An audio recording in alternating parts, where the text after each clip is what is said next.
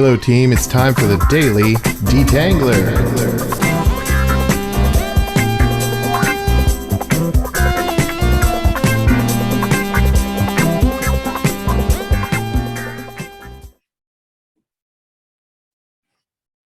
All right, let's talk about creating connection through story. I'm going to unpack why Catalyst is constantly talking about the story builder, the hero's journey, using story elements, and then taking the time to unpack our previous work around clients like OmniTrax and events that we've had where we've used the idea of stories to bring commercial messaging to life. So why stories? What does it mean to deliver a story? What does it mean to deliver the story over time and even equip a guide to tell a story? A lot of this inspiration for this detangler comes from the conundrum that's episode 5. What's the relationship between story building and catalyzing change? And in that conundrum, Catalyst talked about the idea of a story and how it unfolds and how it relates to the scientific method. Now, I don't know about you, but that's the last thing I would have thought of when I think about a children's story or even a movie like Star Wars.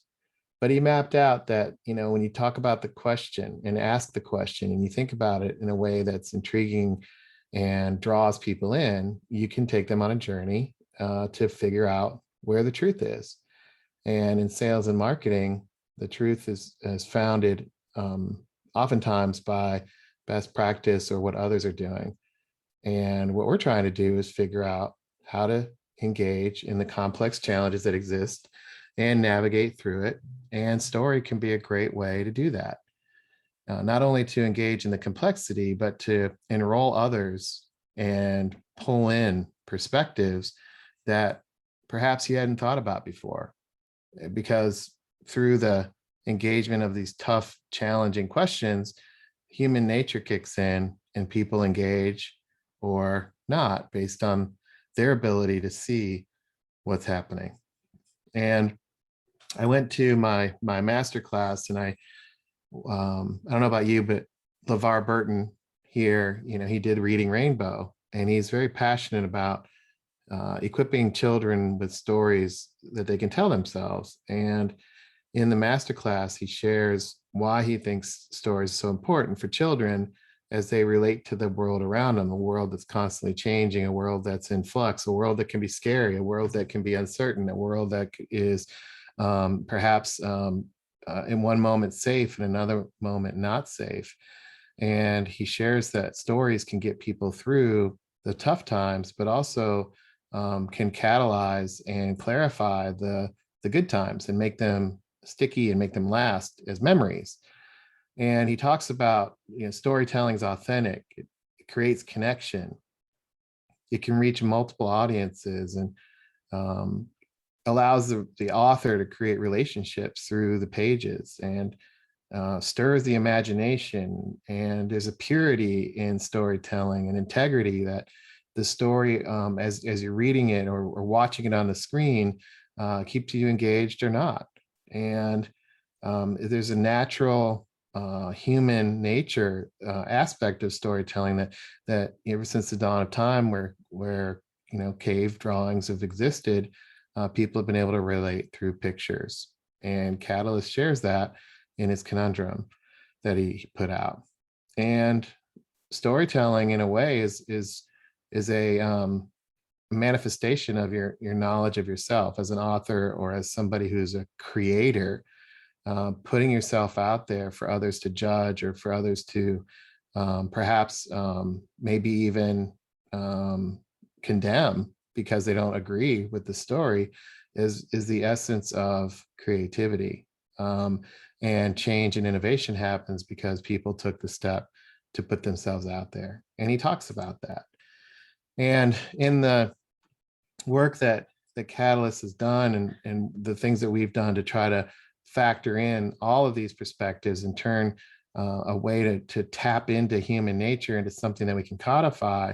And we came across Joseph Campbell's work. And, we've talked about this idea of a hero's journey. And what I did was I I actually watched this 6-part miniseries on, what is story, and why is story so important. In this book, Hero with a Thousand Faces, Joseph Campbell shares how across all cultures and across all continents, stories of courage and of the hero are part of the DNA of everybody's history and culture.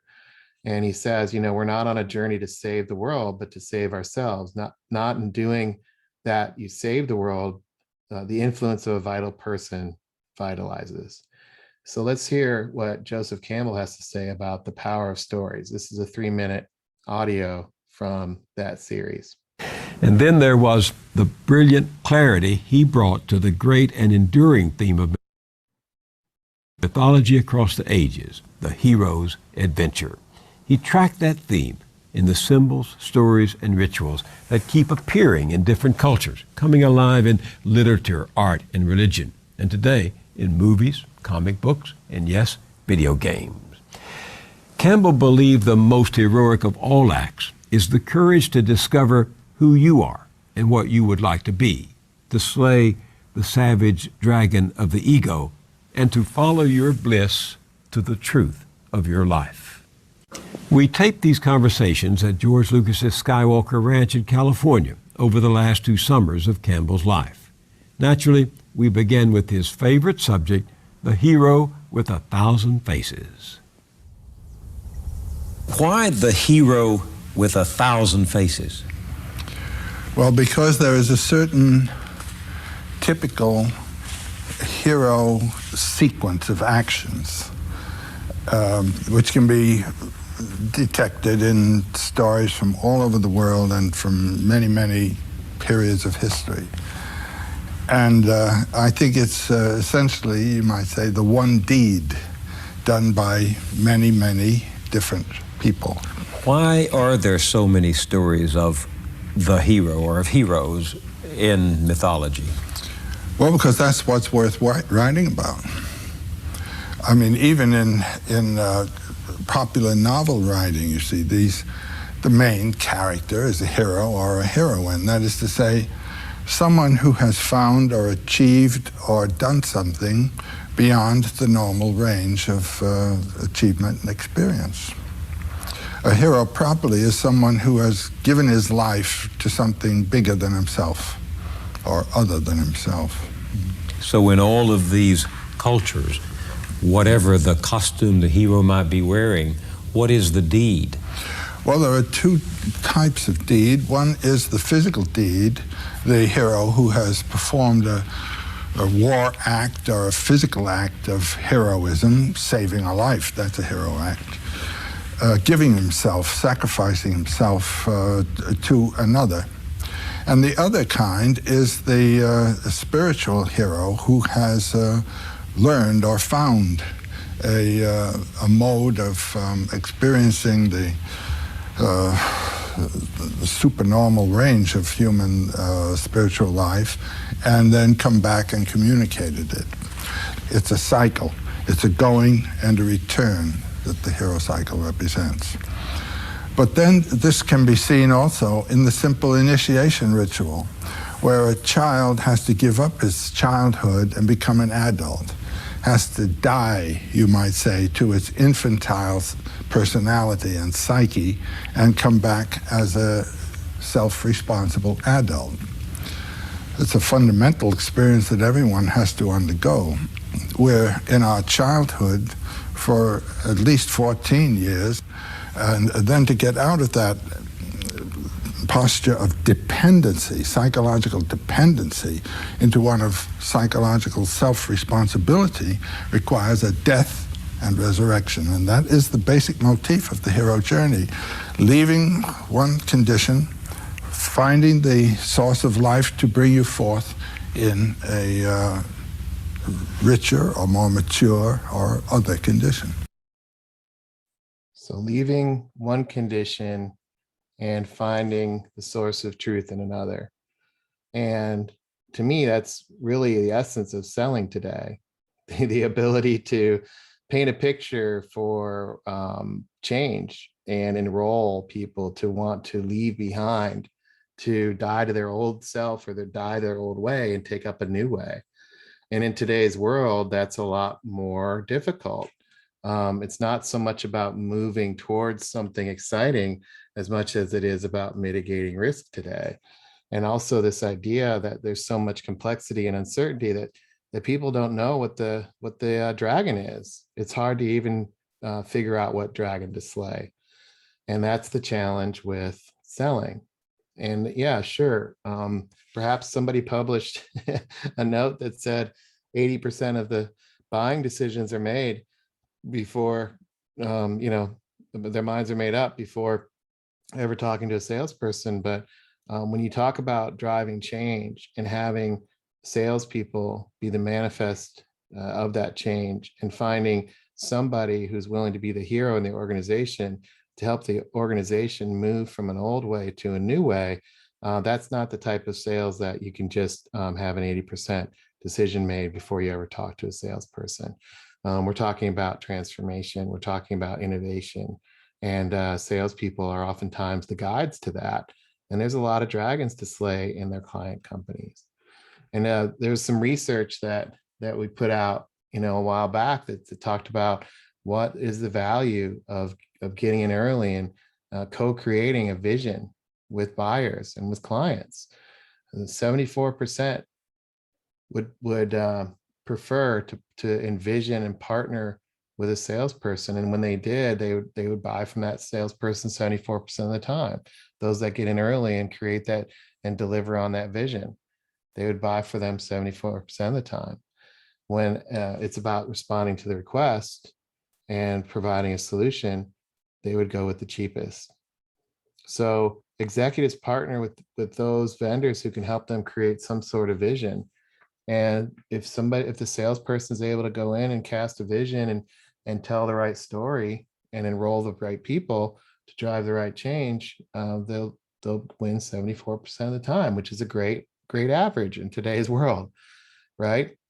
And then we put out this scorecard. It's a bit old. I couldn't find the new one, but we've got the updated one that talks about what it means to fight productitis. And from the buyer research, the customers would say that salespeople show up and they can't think outside their product. They don't understand how they fit into our company, and they're focused totally on closing the sale. They don't understand the issues and problems I'm trying to solve.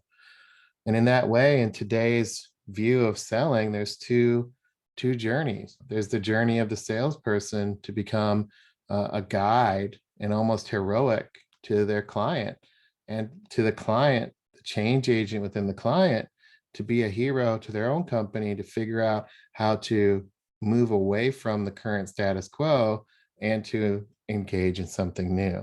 And this partnership of the guide who's able to help the hero navigate and slay the right dragons, that partnership creates that vision that wins 74% of the time and creates the biggest deals. And that can be a little bit different. It can feel like salespeople are getting outside their comfort zone, but also it can be a little bit daunting for the company that's creating the content and the training to support those salespeople as well. And stories can help all that. Why stories? And why stories and the elements of story are critical. Why is that? And how does stories help navigate this change journey? Well, you can't just mandate a change. How do you enroll people in it? What do stories do? Why do stories cut through? Or how do stories cut through? How do they work? Is it even worth trying to figure out the story? What is the story and all? What do we mean by a story? So let's talk about that. And let's detangle. I don't know about you, but I need to detangle this because it seems like stories are about kindergarten, and stories are about something more basic than the high-tech solutions that we're trying to sell. But let's talk about the essence of a story. When you tell a story, you can spark a connection. Stories have been how humans have communicated since the beginning of time. the world's oldest book. Some say is the Bible. It's been told since the dawn of time. Stories are central to human cognition and communication. We engage with others through stories and storytelling. It's a recitation of facts and events. And a lot of the way history was cascaded and handed down was through stories. We interpret meaning in stories, and that meaning helps us understand each other better. And we live in this fast-paced world today with concepts, ideas, and we're bombarded from every direction, and stories help us understand. They help us make sense. So let's invoke some Joseph Campbell. When he was talking about the hero's journey, and he was talking about the hero with 1,000 faces, there are 12 steps that the hero always went through. And the interesting thing about this, if you watch that documentary, George Lucas said if it wasn't for the hero's journey and Joseph Campbell, he'd probably still be writing Star Wars. So he used this hero's journey to not only enroll millions of people into the story, but he created a memory and emotion in people that they are continuing to believe in and rally to and participate in the Star Wars experience. So Joseph Campbell said there's a hero that enters this, he's in this ordinary world, and there's a call to adventure and she refuses the call and meets a mentor that helps. And that mentor helps that hero and heroine, cross the threshold. And as they're crossing this threshold, they get tested. And that test drives them into their innermost cave to figure out what to do. Some soul searching, perhaps. And that ordeal helps them improve their skills to the point where they can reap the reward. And then they have to travel back because they're so far out from their current home that they have to go back. And that journey can be a little bit treacherous in and of itself, but it gives the hero enough time to figure out how they've changed. And then they return with that formula. So when we look at that journey, we can map it in a business sense. What's the current state? How do we help the hero of our story explore the current world? What happens when they lose a little confidence and they want to put the initiative or the change or the problem on the back burner and say, it's not my problem, it's not my issue? Who's the guide that's going to help them put it on the front burner and take action and help them figure out how to navigate internally? And even frame it in a way that the hero can explore it.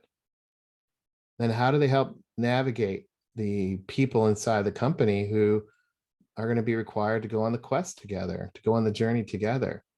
And how do they get the funding and the resources to launch and try an initiative and then show progress and pilot success, and navigate the change and the pitfalls of the change, and then operationalize so they can make continuous improvement that eventually creates breakthrough results.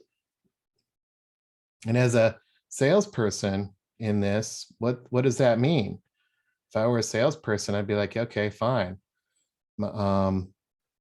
This is a hero's journey, but if I paid attention to it, I looked at it, I'd be like, oh, this is how people embrace or look at or decide to engage in something new. And I could ask myself, what kind of questions would my customers have? They'd ask me things like, hey, what can I really do about this? Or they would ask me things like, how am I going to get there? Or I understand the issue, but I'm just by myself. I'm going to need a lot of people to help. And how am I going to enroll a bunch of other people in this? Or I don't have the resources. I don't have the budget. How am I going to get that? How is that going to happen?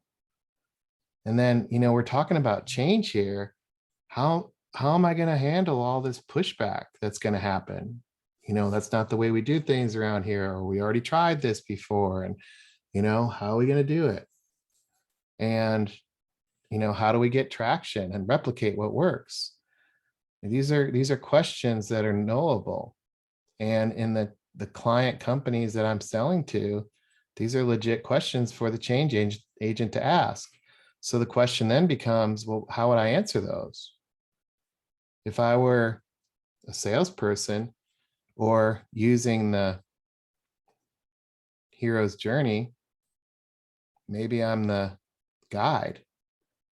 If I'm the guide, what's my point of view on how I would answer these questions? What would I say? What would it look like? And that's a lot of questions, a lot of things to figure out for me to be able to answer these questions. How do I help you get resources? What is the from here to there journey? How do I help you be successful in replicating what's working? How do we frame out what the real challenge is? What's my point of view on that? So this hero's journey becomes a experience, and the experience can take a long time to go through, or it can take a short time to go through. It can be a simple chapter book, or it could be the Lord of the Rings series. The pattern is scalable based on the simplicity or the complexity of the story being navigated. And when we ask ourselves, well, why does this matter? If I'm a salesperson, I want to find that change agent. I want to find that hero. I want to find that champion that wants to navigate this so that I can help them be successful, so that I can help them be a hero to their organization. And isn't that what selling is all about? A little known fact about the word sell. Sell is actually an Icelandic word that means to serve. It's a word that means I'm here to help you be successful. What is the client's definition of success, and how am I going to make them a hero? And what's wrong with them being a hero? And isn't today's world so complex and uncertain and ambiguous and fast moving that people have to take heroic effort and heroic acts to be successful? What's wrong with calling them a hero? I mean, they could actually save people's jobs if they implement. They could actually protect the company if they buy. Aren't they a hero if that type of activity, if they're protecting the company's risk? Isn't that a heroic effort? Just because it's in business doesn't mean it's any less heroic. I mean, saving people's jobs and careers is pretty heroic to me, for example. So that's the context of this idea of why the hero's journey matters. I think it's human nature. It's inspiring. It pulls us in. It creates space for us to be creative and passionate and innovative and motivated to want to do something. It doesn't put us into a space of being a victim. It puts us into a space of experiencing reality. And that reality allows us to explore and to observe and to shape and to learn together so that we can be creative. And that story, a riveting story, it can be extremely thrilling. So I think that's part of the reason why storytelling is important today. And there's a repeatable formula that's been used for tens of thousands of years and through all kinds of periods of change. So maybe that's why we need to explore stories. Another reason that I thought of was when I think about stories, there's the idea of the end-to-end view that I just shared, but then there's the moment in time. A hidden power of understanding the end-to-end story is the ability to share a story at a moment in time in an organic way. I mean, if I wave my magic wand on the screen here and I transport myself in front of a CISO to talk about something, what am I going to say? What am I going to say? And am I just going to deliver the end-to-end story, or do I give parts of it? And most salespeople that I know of, they have to deliver parts of a story over time to people, and it's very contextual and it's organic and it's nonlinear. But how does all this hang together? Well, it's in the hero's journey, but in the moment in time, what do they talk about? And it depends. I mean, I've worked all over the world, and I ask a simple question. I run a contest and I say, hey, salespeople, I've done this from the main stage. I say, who wants to win $500? And I show the $500. And of course, I get a lot of people that want to do it. And they bring up a person. I say, look, it's a 2-minute challenge. I just need you to talk about your customer for 2 minutes and you'll get $500. And they get excited. Oh, this is going to be easy. And I say, well, the only three rules. You can't talk about yourself. You can't talk about your company, and you can't talk about your product or solution. You can only talk about the customer for 2 minutes. Go. And for 15 years, I still have a hard time finding salespeople that can talk 2 minutes about their customer, because what they've been trained to do and what they've been equipped to do is talk about their product, their solution, and their own background. And I say, well, if you can't talk 2 minutes about your customer and they're spending 50 hours a week on their challenges and their problems and never talking about you, you got a gap of 2 minutes that you can't make it versus 50 hours of challenges that they would need to explore. And that's the gap. And that proved out in the buyer research. Buyers bought from people who are truly concerned about finding answers and solutions that fit my needs. They learn the personality, expectations, and requirements. And she acted like she's fully embedded in our organization, and she exceeded our expectations every time. And what is that? Well, in the context of telling a story, she understood how to be relevant, how to have a conversation at a moment in time that fit a bigger story. And that's a repeatable pattern that we've broken down into what we call our story elements, or a story builder. All great stories have 12 elements. What is the setting? So how would salespeople explain the setting of your customers? Not the setting of your, own organization, but the setting of your clients. What's the plot? What is the journey? Are we talking about a romantic comedy? Are we talking about a adventure? Are we talking about a murder mystery? What are we talking about? What's the plot? How does this story unfold? What's the end? Value story. What's the big prize? What's the outcome of the story? What's the environment that the story takes place in? What are the core issues and themes? What's the formula that the hero uses to slay the dragons internally and to grow superhuman strength to overcome adversity and drive change? What's the formula? Who's the cast of characters involved that the customer, the hero has to navigate? Who's the villain? What's the villain? Is the villain status quo? Or is there a person? Or is there a competitor? Maybe the villain is lack of confidence. Who knows? But how would salespeople navigate that? How would they identify what the villain is or who the villain is? Who's the hero? Who's the hero that's going to take on the organization and move it to a new place? Who's the one person that's going to take that on to find the other heroes to work with?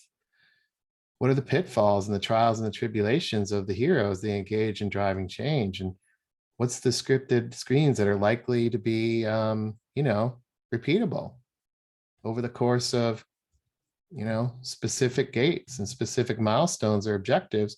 What are the scripted scenes that salespeople need to land to make the story unfold? And then how are salespeople a guide in that?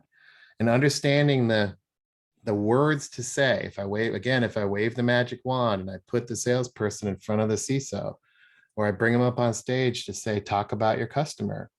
This is how they talk about their customer for more than 2 minutes. This is how they can talk to their customer for 10 minutes. And in today's world, talking about these elements in the frame of the customer's environment, the customer's world, the themes that matter to the customer, the formula that matters to the customer and the change agent, the pitfalls that the change agent's likely to encounter, that if that's 10 minutes, that's a huge competitive advantage. They don't have to spend 50 hours talking to the client. They're just talking 10 minutes to be highly differentiated. So what is that? What is that conversation? What are those series of conversations? And how would we map that out? So all of this can fit on one sheet. The more detailed it is, the more clear salespeople are at the moment in time. If they're stopped in the hallway, if they're having an impromptu meeting, if somebody drops in on the Zoom call, if perhaps there's a working session that needs to happen. There's a lot of detail that this can get blown out around that makes the story more real. So it can start on one page, but then over time, there's a whole entire view of the story that can unfold through the individual elements. So why would we want to equip somebody with this then? I mean, this is kind of interesting. You know, I tell myself, we've got a cool hero story, we've got this story builder.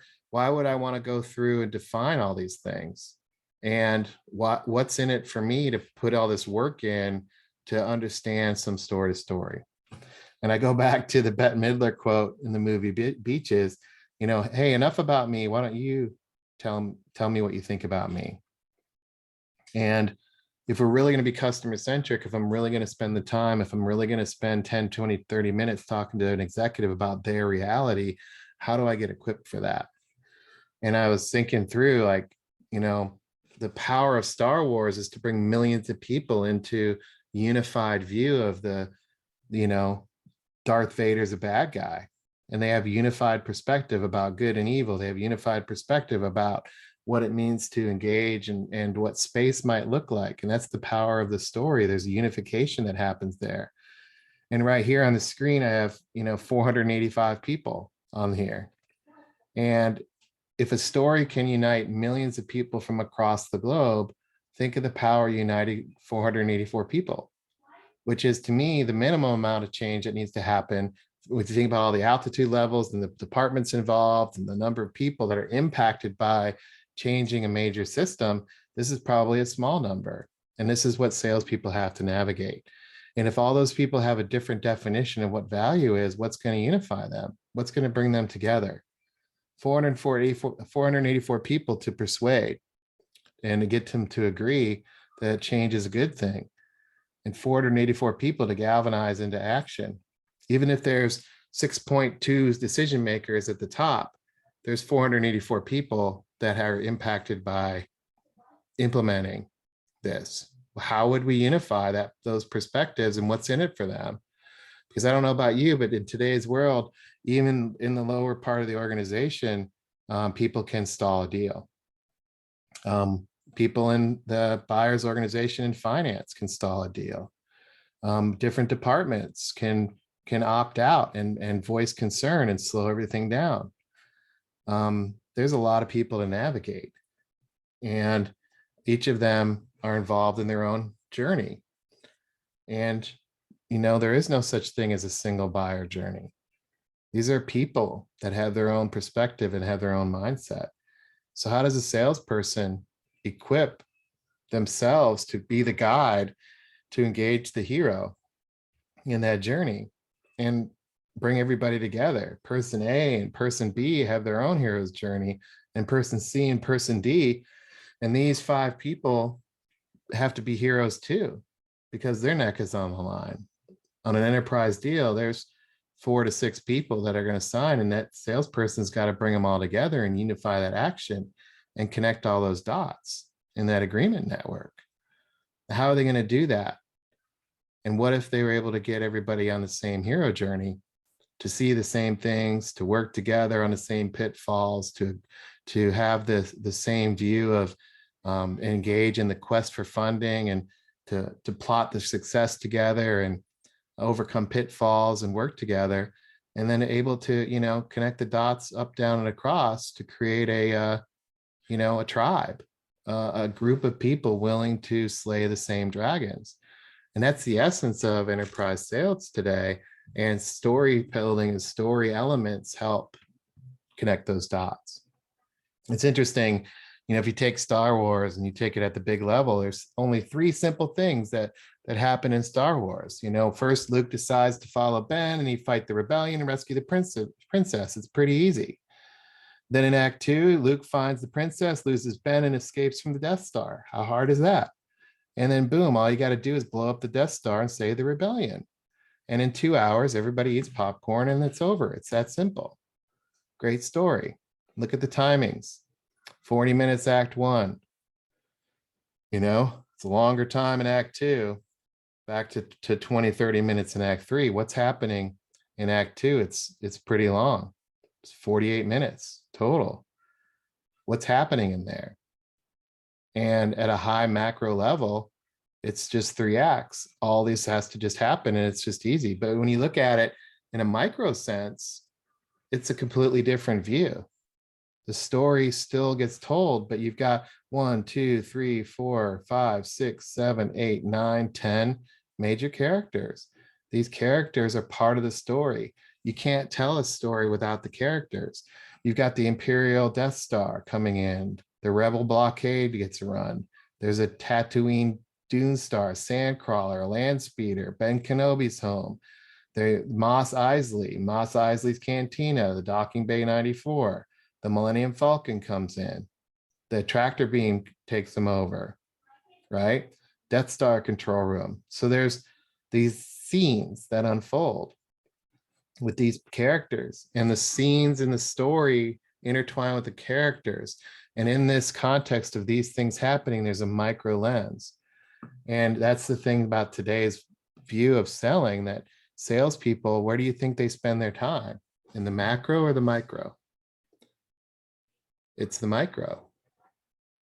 And salespeople have to navigate that. So how do they do that and bring together everybody in the story and to align perspective and align action in that micro view? And one of the ways that we talk about it is to use simple sales objectives. And I took a customer lens here through my own sales background and through my own experiences. I kind of put on my cynical buyer hat, and I said, you know, I'm a customer, and you know, I'm not even remotely close to working on what you just brought up. I'm not even in a position to tackle this, and you're talking to me about the completely wrong thing. I was actually 3 years ago in a senior director role, and I had salespeople approaching me all the time, and I'm like, this person isn't even in the same zip code to what I do. You don't know me like you think you do. Why would I meet with you? And then, you know, I'm not going to give them a meeting. I'm not sure how we can partner. This is not even close to my real world challenge. You're talking about stuff that I worked on 2 years ago. You're talking to the wrong people. Why would we even take this up right now? You're talking to the wrong person. I don't understand why you're taking the conversation here. You're asking about a deal that we're not even discussing how to help. You want the money and you want to talk numbers, but I don't even know how you're helping me.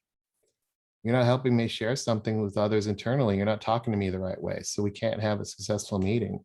And these things don't happen. You're not access the right people. You don't have a successful meeting. They're not targeting the right stakeholders. You're not creating a shared vision. These things are the things that don't happen because there's not a unified story. There's not an understanding of the setting. There's not an understanding of the pitfalls. There's not an understanding of the world I'm operating in. There's not an understanding of the key themes that we need to be driving inside my company for me to make a buying decision. There's no understanding of the villain that I'm trying to tackle. And this villain is called status quo. And it's a huge dragon. It's a huge ball and chain that we have to figure out how to overcome. And you don't understand that the cast of characters that I have to navigate inside my own company. We're not even talking about any of that stuff in that example. So how are we going to talk about that? And these story elements come into play. So when I think about that, there's a huge power in the sales objectives. And, you know, Scott talks about that in one of our clients. And here's a 2-minute video. They need to figure out who we're targeting. So we talked about account planning and all that other stuff. In this stage, we're going to need to talk about how we're going to do account planning more simply. They need to get access to the right people. We have a lot of people trying to get access with an account between BDRs and between demand generation, et cetera. How do we simplify this so we're targeting the right person? How do we make those successful meetings happen? How do we create a shared vision of success? Because as they go through, hey, that's a great idea. I'm the executive, that's a great idea, Drew. Oh, we've got to bring other people along. We have to navigate the 3-2-1 buyer map. How do you make me a catalyst, and how do we create those tools for it? Over and over and over again is the feedback that we're hearing from sellers, but we don't have any vocabulary to describe that. And then the last part is, how do we make a business case so they get the money to get the initiative to pay us the money for what our parts are? These are all stages. We're going to concentrate mostly here and hopefully get into a little bit here. Okay? Because this is where we have the most gaps. The reason we're putting these things in here is so how we ask questions here to make it simpler. Does that make sense? So that's the power of the sales objectives, and the elements that we break down help fuel the story. The story builder elements that we break down become the building blocks for an organic, non-linear conversation that salespeople can use across a variety of stakeholders to unify action and perspective. So those story elements create a way to talk through the hero's journey. The last story I want to share is the story of becoming a salesperson and learning how to sell for a new client in an hour or less. By using this hero's journey, I was able to do the research, figure out how to sell a high-level solution, and talk about the customer's environment for a company that I had never sold before. The company was Omnitrax, and it was in the logistics transportation industry. And using the story builder, I put together a little storyboard. And I used the hero journey to take the elements and plot them out. Their industry is changing, their current state. And I had a wrap around the world of logistics is changing. It's more globalized and more secure. And based on that, there's a lot of challenges. Customers' confidence in themselves and their ability to make good buying decisions, that's in critically short supply. So let's talk about that. There's a huge gap with a lot of choices. And here's my perspective on that. And here's how others have overcome that. And based on that, there's a lot of choices. And we've helped people navigate these choices and move from here to there. And what does that look like to you, Mr. Customer? And how might that go? And let them talk. And if they want to go back to an earlier piece and talk about the world or the situation, I have to be able to do that as a salesperson. I can't move forward unless the customer is ready. I have to be ready for any contingency. I can't be scripted. I have to be organic. I need to be empowered with the ability to have that organic conversation. Once they agree to explore it, how do I help bring together all the different stakeholders in the agreement network? How do I bring them together across these problems, like, misaligned value or packaging challenges or incomplete material or hard answers to get? Then how do we find a way to frame out a high-level initiative and figure out how to launch it and give it an identity so we can pilot it? What would that look like? And you can see I start running out of runway here because I'm not exactly sure what a pilot would look like and how we would help our client navigate the change management pitfalls. If I was selling Omnitrax to clients, I'd have a gap there. I don't know what I would say. How do I help them overcome these challenges? How do I help them implement, cross-functionally across all these different cast of characters? And if I didn't have the story builder elements, I wouldn't be able to put this together, but you can see what happens when I don't know what to say. It's a blank slide. I'm not sure. So do I make it up or do I get equipped with that? So these are the elements of story that are in play as a customer and as a guide. And Daniel Kahneman, who's the right in Thinking Fast and Slow, said the confidence that individuals have depends mostly on the quality of the story they can tell about what they see, even if they see little. We are hyper-intelligent, social, emotional, and irrational beings. If we're not able to relate to people at a human level first, we don't make space for logic. And that's the power of storytelling.